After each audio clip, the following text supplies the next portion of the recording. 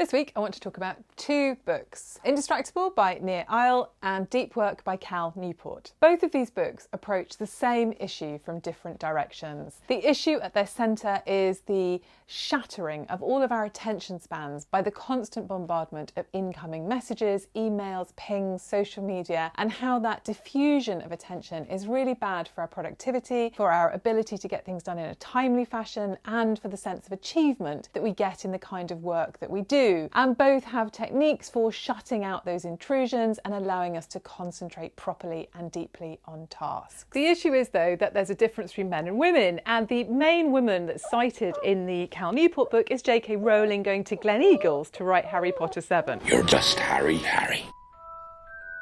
Which isn't necessarily replicable. Yes, there is a challenge here. And what I see when I workshop these books with groups is that the genders often respond to them quite differently. Very often men will say something like, well, I haven't thought about it in the same language, or I might not have a word for it, but actually I do that sometimes. If I'm really busy, if I'm feeling overwhelmed, I'll just turn everything off and I'll focus on one task and get it done. And they don't seem to worry too much that they might not be responding immediately to everything. Where women are much more likely to say, I could just never do that. And there are two reasons that they cite. One is, well, actually, I'm the carer, I'm the responsible communications centre for our whole household, which means that I'm managing any incoming messages from schools or nurseries or parents or hospitals or GPs.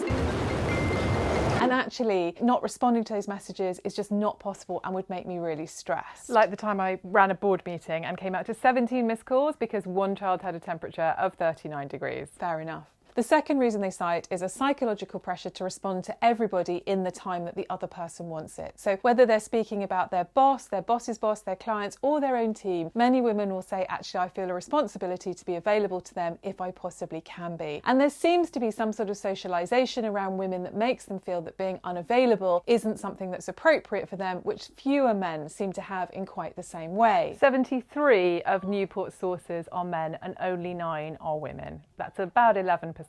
What is your experience of this? I'm really interested to hear if you're somebody who is a carer, who is able to switch out the noise and really focus, or somebody who has tried perhaps different techniques to manage the intrusion of constant messaging, either with success, brilliant, please tell us the answers, we need to share them, or found it frustrating. Many of the people I've spoken to have said things like, well, I've tried to set up my phone so that only some numbers can call, but it doesn't always work because sometimes the number calling you isn't the one that you expect it to be, and that still leaves you with a problem, especially in times of a pandemic where things are changing all the time and other people expect to be able to speak to you about the issues in hand. 2 out of 3 of our kids are home this week and we've been crazy enough to get a puppy. So there's a lot going on in households right now. I'm looking forward to hearing from you, and my ambition is to be able to come straight back to you if you're able to send me a video, if you can put a comment or email me, but I genuinely do want to hear from you. My final thought for you is about Professor Sarah Gilbert, who is one of the dynamos behind the amazing Oxford vaccine news this week. And she is credited by those who work with her as having a steely focus, but she also has triplets. And it was really interesting to read in an article this week that she attributes her ability to be so focused to the fact that her husband sacrificed his career to take care of their family.